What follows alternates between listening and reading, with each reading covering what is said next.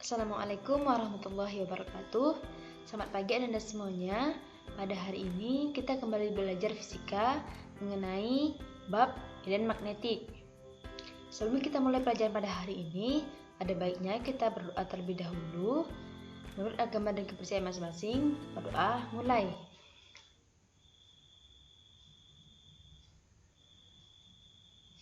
Selesai.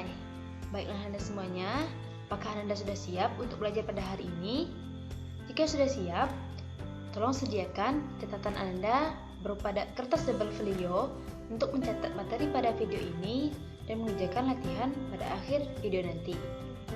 Nah, pada hari ini kita kembali belajar mengenai medan magnetik. Namun kita akan mempelajari induksi magnet pada kawat-kawat selain yang kita pelajari pada pertemuan sebelumnya. Pada pertemuan sebelumnya, Ibu ulas sedikit, kita telah belajar mengenai pengertian medan magnetik, persamaan besar induksi magnetik pada kawat lurus berarus dan dua kawat sejajar. Nah, apakah Anda masih ingat mengenai pengertian medan magnet? Medan magnet merupakan wilayah sekitar magnet yang masih dipengaruhi oleh magnet itu sendiri. Medan magnet ditimbulkan akibat adanya arus yang mengalir pada suatu puparan. Persamaan pada kawat lurus berarus ada dua jenis tipe kawat. Yang pertama itu kawat pendek dan yang kedua adalah kawat panjang. Yang sering digunakan dalam soal-soal latihan maupun ujian adalah kawat yang panjang, di mana persamaannya adalah B sama dengan union I per 2πa.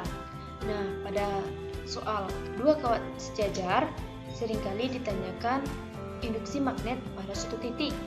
Nah, sebelum kita mengerjakan soal tersebut, tentu kita telusuri dulu kemana arah arusnya dan kemana arah induksinya. Selanjutnya, marilah kita masuk pada materi induksi magnet pada kawat selanjutnya. Coba Anda perhatikan gambar yang ada di depan layar Anda. Kedua gambar ini tentu sudah tidak asing lagi bagi Anda. Yang di kiri adalah blender, yang di kanan adalah mesin cuci. Kita dapat memperhatikan bahwa kedua benda ini memiliki prinsip kerja yang sama, yaitu gerakan memutar.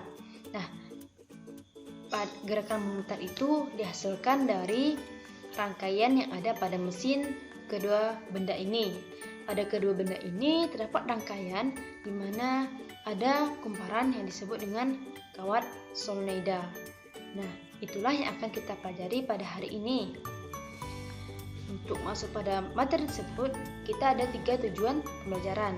Yang pertama, yaitu menentukan besar dan arah induksi magnet pada kawat melingkar berarus. Kemudian yang kedua, kita dapat menentukan besar dan arah induksi magnetik pada kawat solenoida berarus. Dan yang ketiga, kita dapat menentukan besar dan arah induksi magnetik pada kawat toroida berarus. Nah, dari tujuan pembelajaran kita pada hari ini, cakupan materi kita adalah induksi magnet pada kawat melingkar, kawat solenoida, dan kawat toroida. Nah, masuk pada yang pertama, yaitu pada kawat melingkar. Pernahkah Anda sebelumnya membentuk suatu bentuk yang melingkar dari kawat ataupun dari benda-benda yang mudah dibentuk? Nah, pada kawat melingkar, cara kita menentukan arah induksinya sama dengan pada kawat lurus berarus, di mana tetap menggunakan kaidah tangan kanan.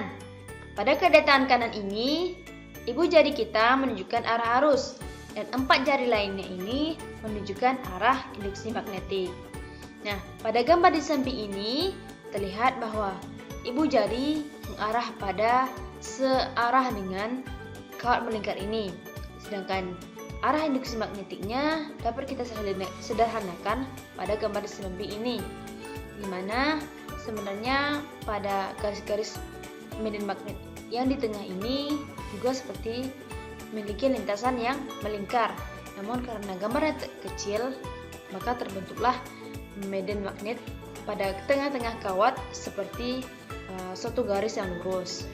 Nah, pada tengah-tengah kawat melingkar ini terdapat medan magnet yang rapat, sedangkan di luar kawat melingkar di mana garis-garis medan magnet terlihat renggang, sama seperti hal pada kawat lurus berarus, di mana semakin rapat suatu garis-garis medan magnet, maka pengaruh medan magnet juga semakin besar atau semakin kuat. Nah, pada garis-garis medan magnet yang renggang, maka pengaruh medan magnet juga lemah. Nah, di sini lebih jelasnya pada animasi depan Anda ini menunjukkan bagaimana arus dan arah induksi pada kawat melingkar. Nah, di sini digambarkan bahwa arah arus berasal dari kawat sebelah kanan, sehingga gerakan atau arah arusnya berlawanan arah dengan arah jarum jam. Pada arah induksi magnetnya terlihat bahwa bagian luar adalah masuk pada bidang kertas, ditandai dengan tanda silang. Kemudian pada tengah-tengah kawat melingkar ini terdapat tanda titik, yang artinya arah induksi magnet keluar bidang kertas. Bagaimana persamaan besar induksi magnet di pusat kawat melingkar berarus? Nah, kawat melingkar berarus ini pada dasarnya menggunakan persamaan Biot-Savart. Karena terkadang kawat melingkar yang ditanya pada soal seringkali memiliki lilitan atau kita lambangkan dengan N, maka persamaan besar induksi magnet di pusat kawat melingkar berarus B sama dengan mu0 Ni per 2A, di mana B merupakan besar induksi magnet dengan satuan Tesla, mu0 merupakan permeabilitas ruang hampa dengan nilai ketetapan 4pi dikali 10 pangkat min 7 Weber per ampere meter, N jumlah lilitan, I merupakan kuat arus listrik dengan satuan ampere, dan A merupakan jari-jari kawat melingkar dengan satuan meter. Nah, pada soal-soal ada yang ditanyakan kawat itu tidak utuh melingkarnya 360 derajat. Terkadang memiliki sudut-sudut seperti kawat setengah lingkaran, di mana kawat setengah lingkar ini adalah 180 derajat dan di bawahnya ada 3/4 lingkaran, di mana di sini adalah 270 derajat. Di mana pada kawat setengah lingkaran maupun kawat-kawat melingkar yang tidak utuh, maka persamaan tersebut dikalikan dengan bentuk dari kawat tersebut. Seperti kawat setengah lingkaran, maka persamaan induksi magnet di pusat kawat melingkar yang utuh dikalikan dengan setengah. Pada kawat 3/4 lingkaran, persamaan induksi magnet di pusat kawat melingkar yang utuh dikalikan dengan 3/4. Nah, bagaimana jika kawatnya memiliki sudut 30 derajat, 60 derajat, maka kita bagi 60 dibagi 360, maka ialah 1/6. Kalau kawatnya memiliki sudut 30 derajat, maka kita bagi dengan derajat keseluruhan, yaitu 360. Maka yang 30 derajat tersebut sama dengan 1/12 dari kawat melingkar yang utuh. Nah, berikut ini merupakan contoh soal pada kawat melingkar yang utuh. Mari kita bahas soal berikut ini. Sebuah kumparan kawat melingkar berjari 10 cm memiliki 50 lilitan. Jika arus listrik yang mengalir pada kumparan tersebut 5 ampere, berapakah induksi magnet yang terjadi di pusat kumparan? Nah, penyelesaiannya kita ketahui di sini. Yang pertama, kawat tersebut memiliki jari-jari. Jari-jari dilambangkan dengan A dan besarnya adalah 10 cm. Karena di sini satuannya masih cm, kita ubah menjadi meter. Sehingga nilai dari jari-jari kawat melingkar adalah 0,1 meter. Kemudian juga terdapat jumlah lilitan, yaitu sebanyak 50, maka N sama dengan 50. Lalu kumparan ini dialiri juga listrik sebesar 5 ampere, maka I sama dengan 5 ampere. Nah, B atau induksi magnet pada kawat ini, maka kita menggunakan persamaan mu0 IN per 2A, di mana kita masukkan nilai-nilai besar-besar yang ada pada persamaan di mana permeabilitas ruang hampa dengan ketetapan 4pi kali 10 pangkat min 7 Weber per ampere meter dikalikan dengan I sebesar 5 ampere, N 50, A lalu dibagi dengan 2A. A sama dengan 0,1 meter, sehingga besar induksi magnet yang terjadi pada pusat kumparan sebesar 5pi kali 10 pangkat min 4 Tesla. Nah, seringkali Anda lupa untuk menyatakan satuan dari setiap nilai. Nah, jika kita lupa mengubah satuan, maka kita akan salah pada nilai-nilai berikutnya. Nah, berikut ini adalah contoh soal gabungan antara kawat melingkar dan kawat lurus berarus. Titik P berada di sekitar dua buah penghantar berbentuk setengah lingkaran dan kawat lurus panjang seperti gambar berikut. Tentukan besar kuat medan magnet di titik P atau tentukan besar induksi magnetik pada titik P. Nah, kita telusuri dulu atau kita analisis soalnya. Diketahui bahwa 8 per pi itu adalah arus yang mengalir pada kawat setengah lingkaran, dan pada kawat lurus arus yang mengalir sebesar 2 ampere. Kemudian jari-jari pada kawat setengah lingkaran sebesar 1 meter dan sama besarnya dengan jari-jari yang dari pusat lingkaran ke kawat lurus berarus, yaitu sama-sama 1 meter. Nah, pada kawat setengah lingkar ini kita menentukan arah induksinya terlebih dahulu. P bagi kawat setengah lingkaran merupakan wilayah di mana arah induksinya masuk pada bidang kertas. Sedangkan titik P bagi kawat lurus berarus merupakan wilayah di mana arah induksinya adalah keluar bidang kertas. Karena pada titik P ini terjadi dua arah induksi yang berlawanan, maka dapat kita selisihkan antara induksi magnetik yang besar dikurang yang kecil. Sebenarnya untuk mengetahui arah induksi tersebut kita tentukan menggunakan persamaan pada masing-masing kawat. Nah, pada kawat setengah lingkaran kita menggunakan persamaan setengah dikali minor I per 2A, di mana hasilnya adalah 8 dikali 10 pangkat min 7 Tesla. Sedangkan induksi magnetik pada kawat lurus atau B2 sama dengan mu 0 I per 2pi A. Di sini adalah jarak titik P pada kawat lurus, sehingga nilai B2 atau induksi magnetik pada kawat kedua pada kawat lurus berarus adalah 4 dikali 10 pangkat min 7 Tesla. Nah, induksi totalnya kita kurangkan antara B1 dengan B2, sehingga nilai besar medan magnet pada titik P sebesar 4 dikali 10 pangkat min 7 Tesla. Selanjutnya kita masuk pada kawat solenoida berarus. Solenoida merupakan penghantar lingkaran dengan jumlah lilitan yang sangat banyak sehingga menyerupai lilitan pegas. Apakah pernah Anda mencobakan membentuk pegas seperti gambar di bawah ini? Nah, misalkan ada kawat yang panjang dan mudah dibentuk, kita lilitkan pada sebuah batangan atau kita lilitkan pada sebuah tabung. Nah, maka hasilnya bentuk seperti lilitan pada pegas. Nah, jika pada solenoida ini diberi arus DC, maka menghasilkan medan magnet yang sama dengan medan magnet pada magnet batang. Nah, sebelumnya pernah Ibu contohkan jika suatu batang magnet jatuh pada butiran serbuk biji besi. Terlihat bahwa serbuk biji besi itu menempel membentuk pola garis-garis medan magnet. Seperti itulah medan magnet yang dihasilkan dari kawat solenoida.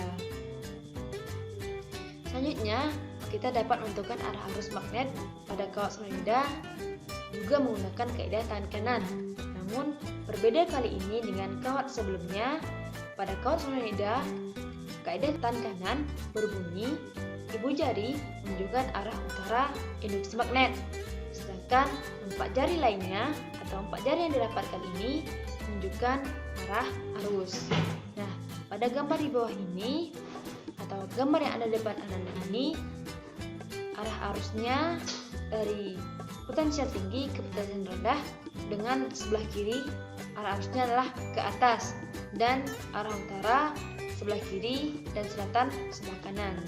Nah, jika kita belum mengetahui arah utara pada suatu medan magnet di kumparan solenoida, maka kita dapat mengetahui arah induksi pada solenoida dengan cara menggunakan kaidah tangan kanan.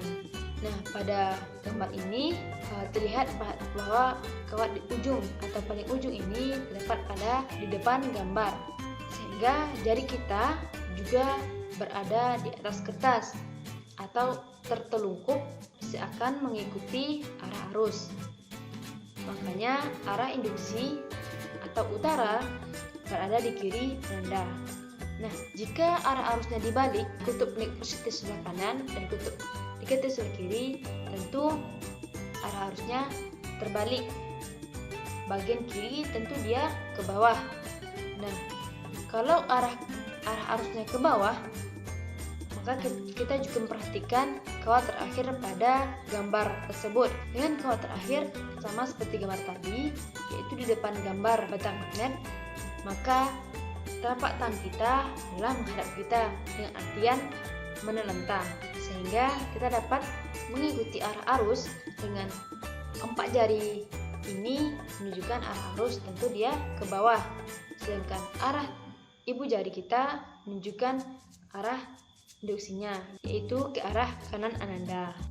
Besar induksi magnet pada solenoida pada dasarnya mengikuti hukum Ampere, di mana hukum Ampere ini setiap lintasan tertutup satu kawat yang dialiri arus listrik, maka berlaku hubungan B cos theta dl sama dengan mu nol I, di mana itu merupakan besar induksi. Pada solenoida ini kita dapat mengukur besar induksinya pada 2 tempat, yaitu di tengah-tengah solenoida dan kedua yaitu di ujung solenoida. Di tengah-tengah solenoida ini persamaannya yaitu B sama dengan mu nol Ni per L, dan di ujung solenoida persamaan induksi magnetiknya yaitu B sama dengan mu nol Ni per 2L. Nah, berikut ini contoh soal mengenai solenoida. Solenoida yang terdiri dari 10 litian per cm dialiri arus listrik sebesar 8 ampere. Tentukan medan magnetnya, yang pertama di tengah-tengah solenoida dan kedua di ujung solenoida. Seperti biasanya, untuk menyelesaikan soal ini, analisis soalnya diketahui bahwa terdapat 10 litian per cm-nya. Nah, lilitan di sini adalah N per cm-nya, berarti adalah panjangnya. Berarti N per L-nya adalah sebanyak 10 lilitan per cm. Nah, karena di sini juga masih cm, kita ubah ke meter, maka N per L-nya bernilai 1000. Selanjutnya, diketahui juga arus listrik yaitu I sebesar 8 ampere.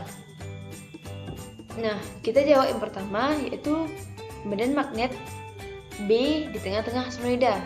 Maka persamaan yang kita gunakan adalah B sama dengan mu nol Ni per L. Nah, di sini N per L-nya adalah 1000, maka kita masukkan nilai 1000.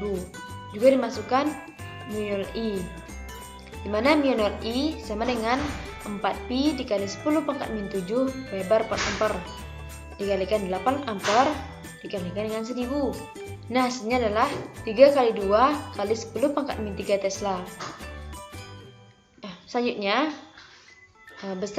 kita menghitung induksi magnet di ujung solenoida, di mana persamaan di ujung solenoida B sama dengan setengah dikali mu nol I N per L.